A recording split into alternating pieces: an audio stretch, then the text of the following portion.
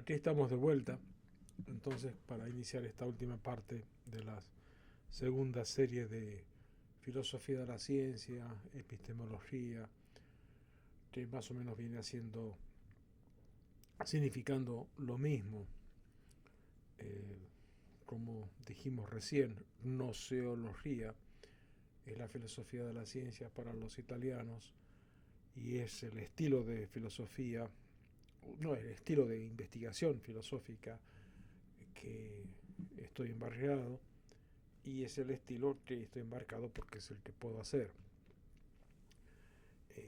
No me da la inteligencia para otras ramas más teóricas. Y esto de la gnoseología, y que es todo lo que estamos haciendo ahora en estas conversaciones,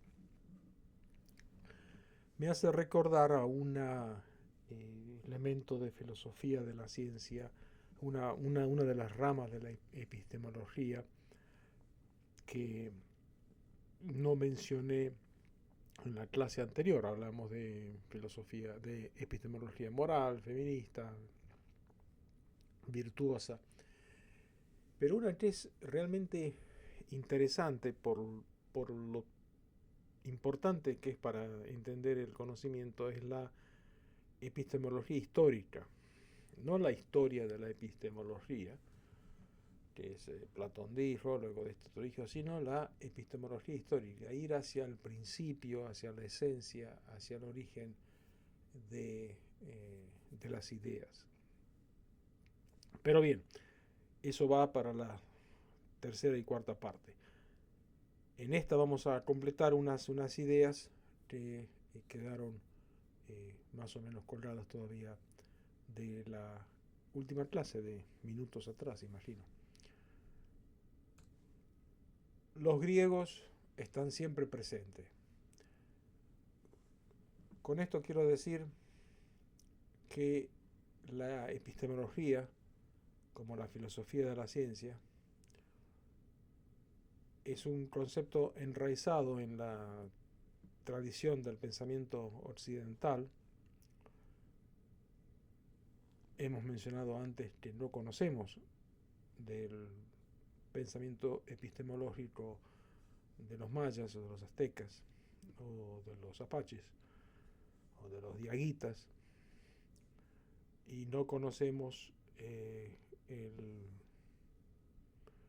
las ideas de la epistemología de la gente en el Congo y poca idea tenemos, no porque no haya literatura, sino porque no se ha popularizado tanto por este lado de la epistemología de los asiáticos y de los chinos en este particular, así como de los japoneses o de los coreanos. Pero en todo caso yo estoy seguro que si encontráramos los textos de los nativos de Managua, precolombinos, o de la zona esta, Managua, imagino que habiendo una fuente de agua tiene que haber habido una población cercana, no serían distintos estos a los de Platón, Parménides, Heráclito,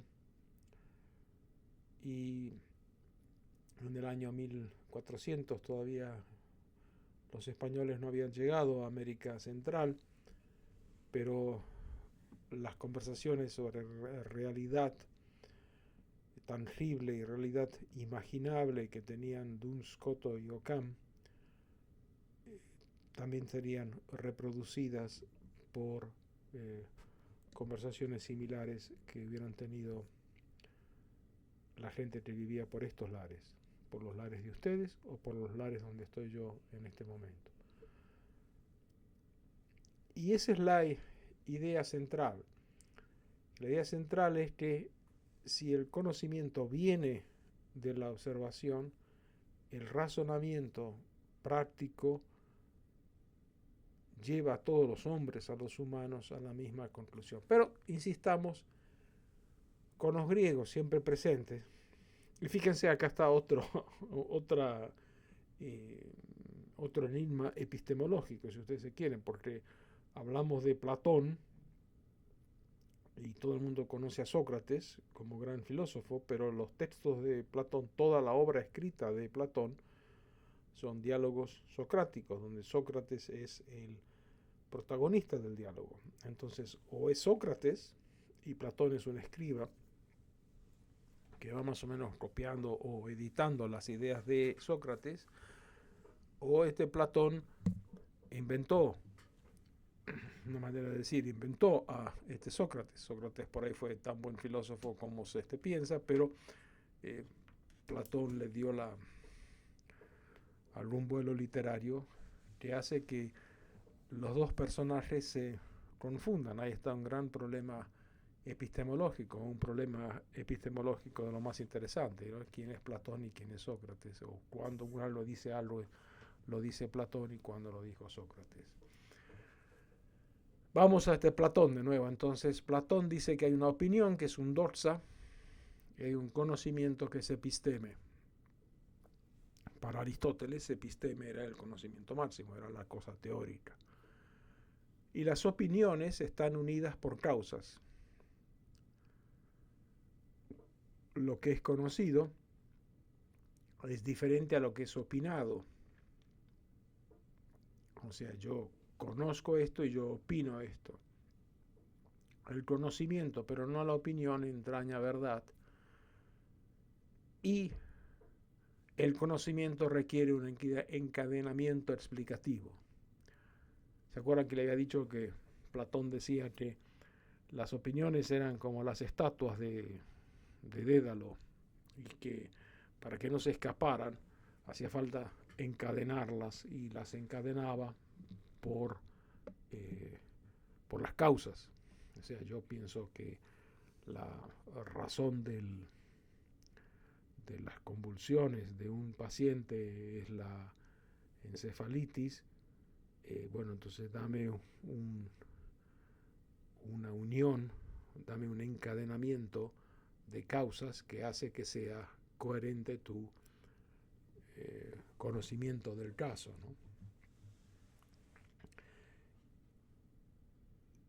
Y este encadenamiento explicativo y de las causas quizás hace entrar en contradicción algunas ideas de Platón, porque para Platón, por un lado dice, no, hay un conocimiento perfecto, hay una razón perfecta allá arriba, y por otro lado lo que él dice, no, si vamos encadenando las causas, encadenando las opiniones con las causas, podemos llegar a una comprensión, a un conocimiento de lo que uno pasa.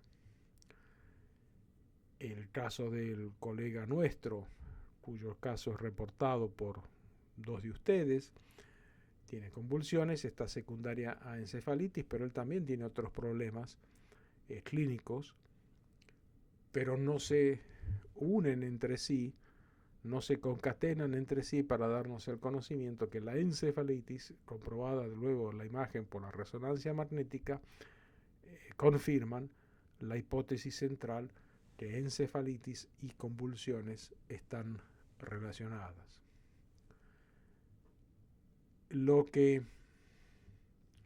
Y Platón, cuando empieza a hablar sobre opinión y conocimiento, hace dos analogías interesantes.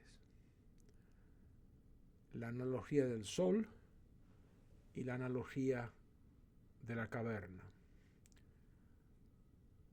La analogía del sol dice que cuando miramos algo, decimos que el conocimiento está en nuestros ojos, o el origen del conocimiento en nuestros ojos. Nosotros miramos algo y hay algo para ser visto, algo para ser mirado, ¿no? Un observador y lo observado. Pero él dice, si no hubiera luz, eso no sería posible. Y la luz la da el sol. O sea, sin el sol, ninguna actividad intelectual sería posible. Una metafórica forma de decir sin la luz. Y él dice que la luz del conocimiento y la metáfora del sol es la bondad, lo bueno. Para el curso nuestro uno podría llamarlo la curiosidad, el deseo, la motivación, así sea motivación porque voy a hacer esto, voy a investigar esta enfermedad porque es la que está padeciendo una gente que yo quiero mucho, voy a investigar esta enfermedad porque es tan masiva que no solamente destruye vidas, sino que destruye la economía de mi país. O voy a investigar esta enfermedad porque, caramba, yo estoy convencido que muchas de las razones o de las verdades que vienen de otros países no se aplican. No es que no sean verdades, sino que no se aplican a la realidad nuestra, ¿no? Ese es el sol. Es el sol, que es la luz, que es la, como dice Platón, podemos tener el observador, podemos tener lo observable, pero si no tenemos la luz, no tenemos nada, ¿no? Porque a las opiniones verdaderas se llega por inspiración, y el sol es la inspiración, él lo llama lo bueno. Para conocer el mundo inteligible, contamos con la ciencia que nos proporciona un conocimiento cierto de la realidad. Ese es el camino propuesto por un presocrático, por un griego antes de Sócrates, Parménides. Parménides decía que la realidad es una cosa concreta, establecida. Heráclito, por su parte, decía que no, que la realidad estaba en constante cambio. Ustedes capaz que reconocen esta frase, que uno no se baña dos veces en el mismo agua. O sea, él dice, uno se va al río, uno se zambulle, ahora sale del río, se seca, se zambulle de nuevo y el agua ya es distinta. Claro, se ha ido, se ha movido. Para Heráclito hay un movimiento constante de realidades, por lo tanto siempre hay que estar cuestionándose. Heráclito es el que más relevancia tiene para nosotros, porque Heráclito dice, hay realidades cambiantes, hay realidades que son ciertas en Nicaragua o en América Central y que no son necesariamente ciertas en Sudán o en Ruanda o en España y Francia. Inclusive realidades biológicas. Sí, hay realidades que son absolutamente universales, como diría Parménides, el sol sale por el este y se pone por el oeste, y hay realidades que son más maleables, y esas realidades más maleables son las realidades de la investigación biológica y de la investigación médica. La otra analogía, la de la caverna, que es más conocida, Platón dice, imaginémonos que hay un grupo de prisioneros encadenados que nunca han salido de la caverna, están en una caverna y nunca han salido de ahí. Y afuera de la caverna hay gente que ha puesto un fuego, una fogata, y están danzando alrededor de esa fogata, y los de la caverna ven las sombras en movimiento de las personas danzando afuera. El mundo exterior a la cueva representa el pensamiento y el conocimiento. Y el mundo interior, de lo que estamos tratando de ver, de lo que interpretamos con esas sombras, es la realidad nuestra, de los investigadores. Para este Platón, mientras seamos prisioneros, nunca vamos a poder salir de la caverna y ver, decir, esto es lo que es, sino que vamos a seguir tratando de inferir la mejor explicación posible, él no usa esas palabras, de la realidad que estamos viendo afuera, y que sin embargo la realidad nunca va a ser, nuestra percepción de esa realidad nunca va a ser perfecta. Pero llegan los anglosajones en el siglo XVIII y el siglo XIX, nuestro viejo conocido Mill, el de las leyes de causalidad, y el gran filósofo David Hume, y ellos dicen que más o menos hay una escala de grados de evidencia, y subiendo por los escalones de la evidencia se llega a la justificación. Que lo interesante es más o menos lo que en un tiempo dijo Platón también. Platón dice, si se acuerdan, que las opiniones se concatenan por las causas, y a través del trabajo de las opiniones podemos llegar a una forma de verdad. Pero usted dice, bueno, pero ¿por qué en la República, con la analogía de la caverna, dice algo que se puede interpretar de manera diferente? Bueno, porque así somos los humanos, seguimos trabajando con ideas, moldeando, maldeando, entramos en contradicciones, vamos, avanzamos, retrocedemos, 2 pasos adelante, 1 paso para atrás. Eso es lo mismo que se hace en ciencia, porque sea Platón no significa que ciertos textos de él parecen que se contradicen con otros textos. La analogía del sol es bellísima por la intención y la intuición y la motivación. La analogía de la caverna también es perfecta cuando estamos queriendo encontrar, interpretar las enfermedades. Y la analogía de las estatuas de Dédalo, que se concatenan con las causas, también es perfecta, y son 3 analogías que trabaja con Platón, ¿no? Había un filósofo inglés, Whitehead, que trabajó mucho con Bernard Russell, hicieron juntos la Principia Mathematica. Que decía que toda la filosofía es una nota al pie de los textos de Platón. Y uno podría decirse, si la filosofía de la ciencia es parte de la filosofía, se entiende que toda la filosofía de la ciencia es una nota al pie de los textos de Platón, y lo vamos a ver ahora. Este es el caso de las de 2 doctoras colegas de ustedes, el caso número 11 de los 13 que he recibido, los otros serán vistos también.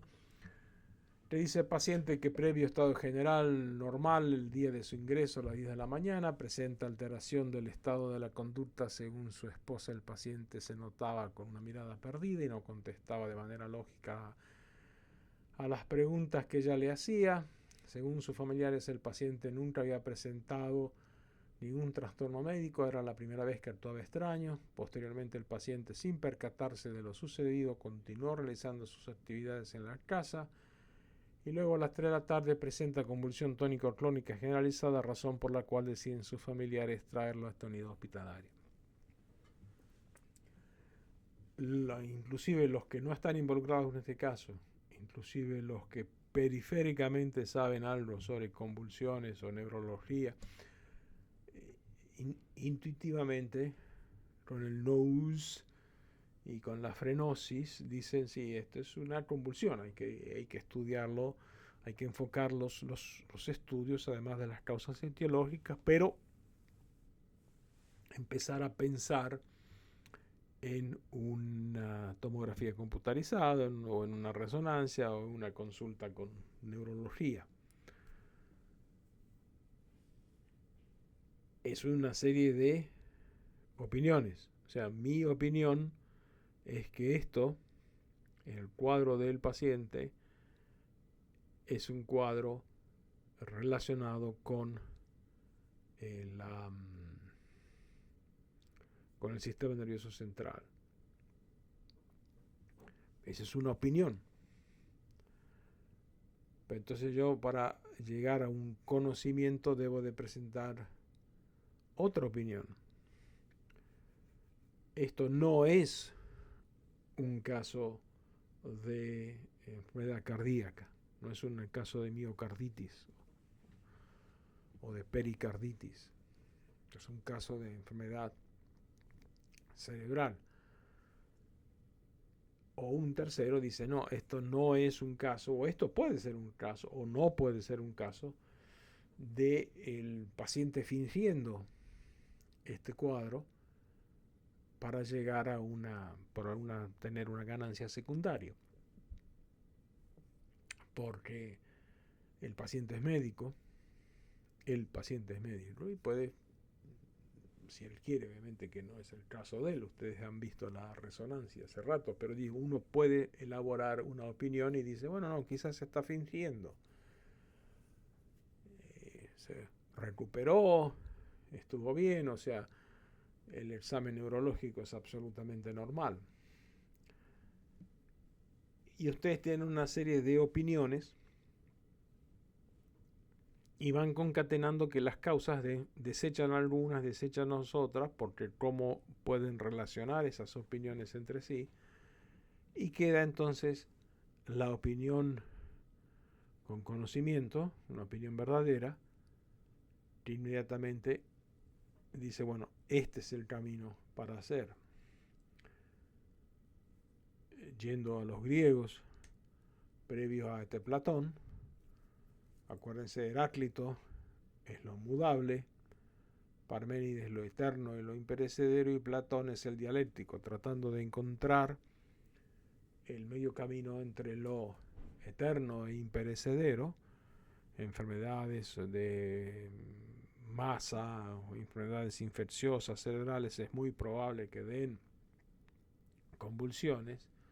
Heráclito en lo mudable, que es este paciente, y Platón en la dialéctica, en la conversación. Y entonces así que fíjense que como continúa esto, el paciente presenta cuadro clínico de encefalitis aguda, la cual puede ser secundaria a neuroinfección a determinar.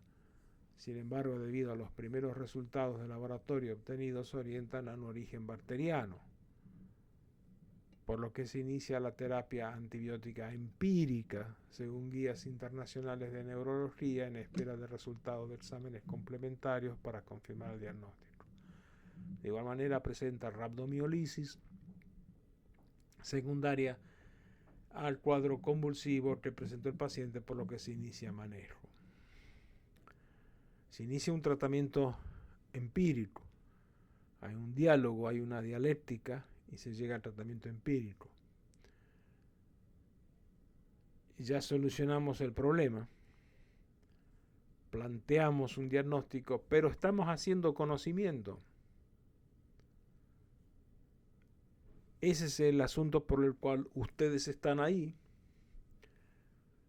y con la profunda convicción que esta causa en la que estamos todos embarcados es una causa valedera y digna, estoy yo acá.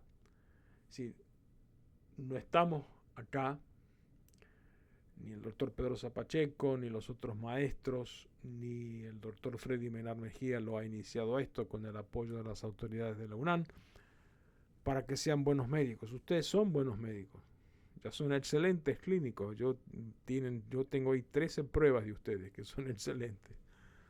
Impecable diagnóstico, razonamiento, en fin. Pero lo que uno quiere ver es cómo avanzamos el conocimiento a partir de este paciente. Este individuo que se nos presenta, Platón nos dice que hay que hacer una dialéctica entre lo que se mueve y entre lo que es permanente. Entre Heráclito y Parménides está Platón. Entre lo constante, que es las convulsiones, que son las convulsiones, y entre lo movible, que es este individuo en particular, de 39 años, ¿cómo hacemos una dialéctica entre sí? Las maneras de razonar, ustedes se acuerdan, son 3: deductiva, inductiva y abductiva, o inferencia de la mejor explicación. Vemos, por ejemplo, el caso de la malformación de Chiari tipo 1, definida como el descenso de las amígdalas cerebelosas por 0.7 milímetros debajo del agujero magno.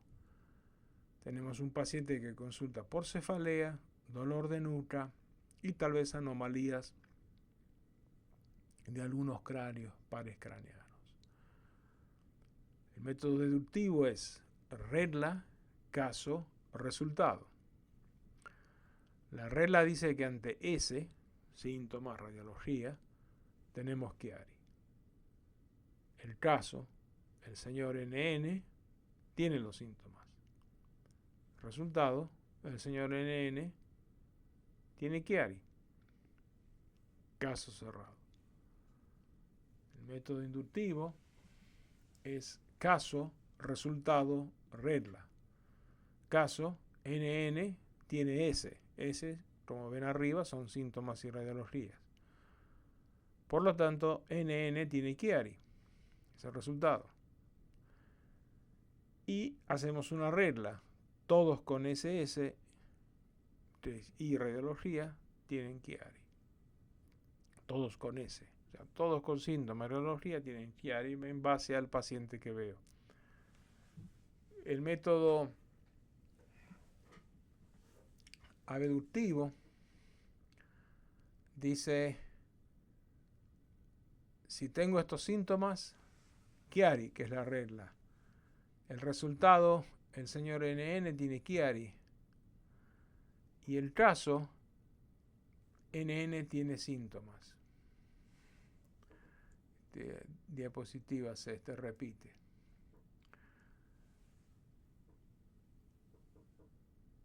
Veamos el caso del paciente con convulsiones, un proceso definido como una serie de síntomas y evidencia de laboratorio que confirma que el sistema nervioso central está involucrado. Deductivo, regla, caso, resultado. ¿No? Ahí lo tienen en el PDF y lo hemos visto otras veces. Regla, caso, resultado. La regla dice que ante ese, síntomas y radiología, tenemos convulsiones de causa cerebral. El caso y el resultado, el señor NN tiene convulsiones de causa cerebral. Método inductivo, NN tiene S, NN tiene CCC, todos con S tienen CCC.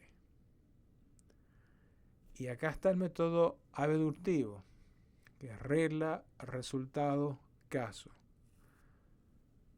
Ustedes lo leen y no lo repito, pero el caso NN tiene síntomas. El énfasis está en el paciente. En la investigación clínica, el paciente es el fenómeno. En la práctica clínica, el diagnóstico es el fenómeno. Pero el método abductivo, o de la inferencia a la mejor explicación, trabaja como Platón. Heráclito es inductivo, digamos básicamente. Parménides es deductivo. Y Platón sería abductivo. Aunque este método abductivo fue descrito por Peirce en el siglo XIX. A lo que voy es esto, que hay una dialéctica, hay un diálogo. En el caso este de el paciente convulsivo de los colegas, fíjense que dice en la casi en la última línea, presenta rhabdomiolisis secundaria a cuadro convulsivo. ¡Wow! Eso es de lo más interesante. Todos los pacientes con convulsiones tienen rhabdomiolisis.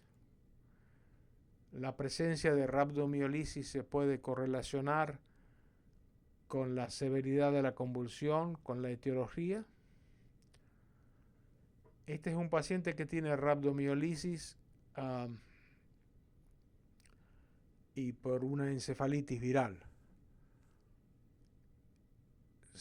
También tienen rhabdomiolisis los pacientes que tienen convulsiones de otra etiología tumoral, etiología congénita.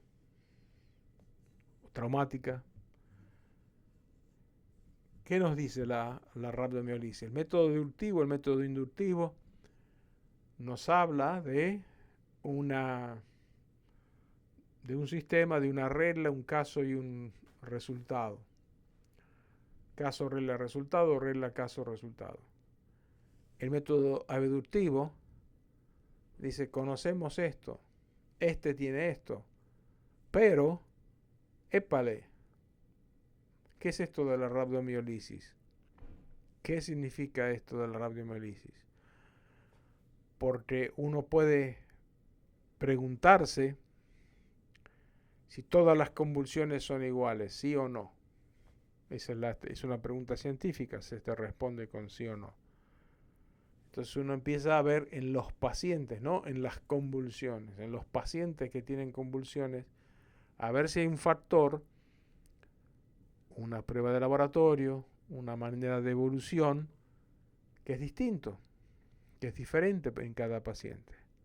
Y ahí está la búsqueda o el inicio de la investigación, la búsqueda de la verdad, la búsqueda del episteme. Y al episteme se llega, como decía Platón, cuando las opiniones se concatenan con la causalidad.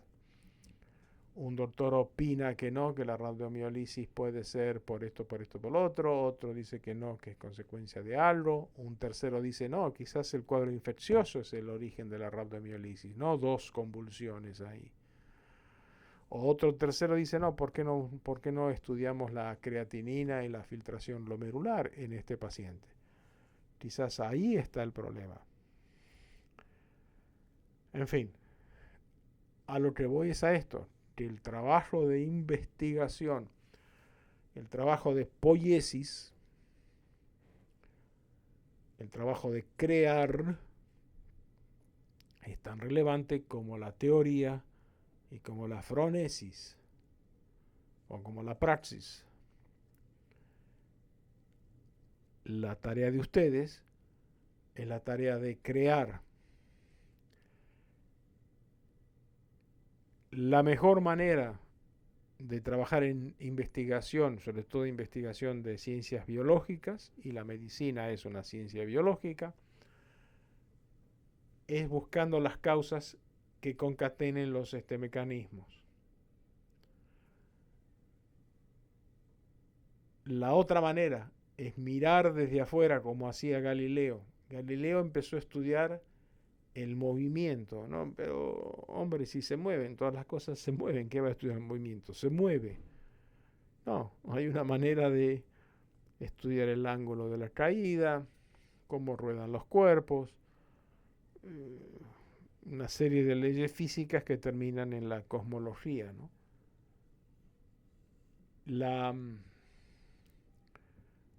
Los filósofos anglosajones dicen, veamos los límites del conocimiento, cómo podemos trabajar en epistemología virtuosa, en el sentido de garantizar que lo que se encuentra es confiable. Entonces se adhieren al método deductivo y al método inductivo, pero con esos dos métodos no se avanza. Para avanzar hace falta un método como el abductivo, uno que genera hipótesis. Entonces, enfrentados a un fenómeno,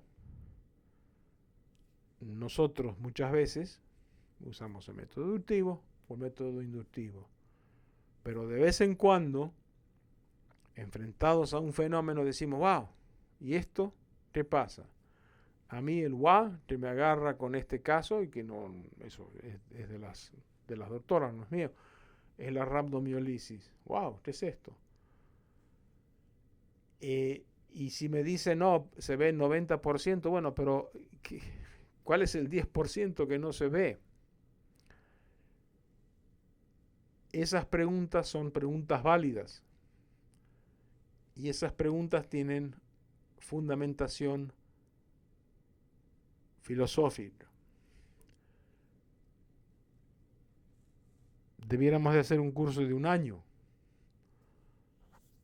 para abarcar dentro o desde la medicina la epistemología.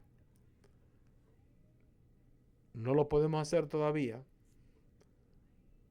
pero entonces nos vamos a enfocar en las 2 próximas sesiones en el wow, en esa sensación fenomenológica del investigador, ustedes, cuando se enfrentan con un fenómeno.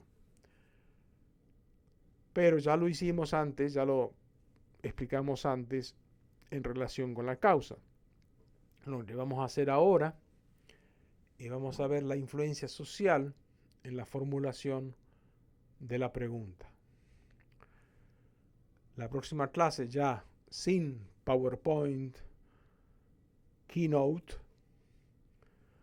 va a ser otra vez moviendo las manos desde el auditorio y vamos a hablar extenso sobre Ludwig Fleck y más tarde sobre George Canguilhem, filósofos que más o menos trabajaron estas ideas. Nosotros le hemos agregado algo. Muchísimas gracias nuevamente, que tengan buen día y nos vemos pronto. Hasta luego.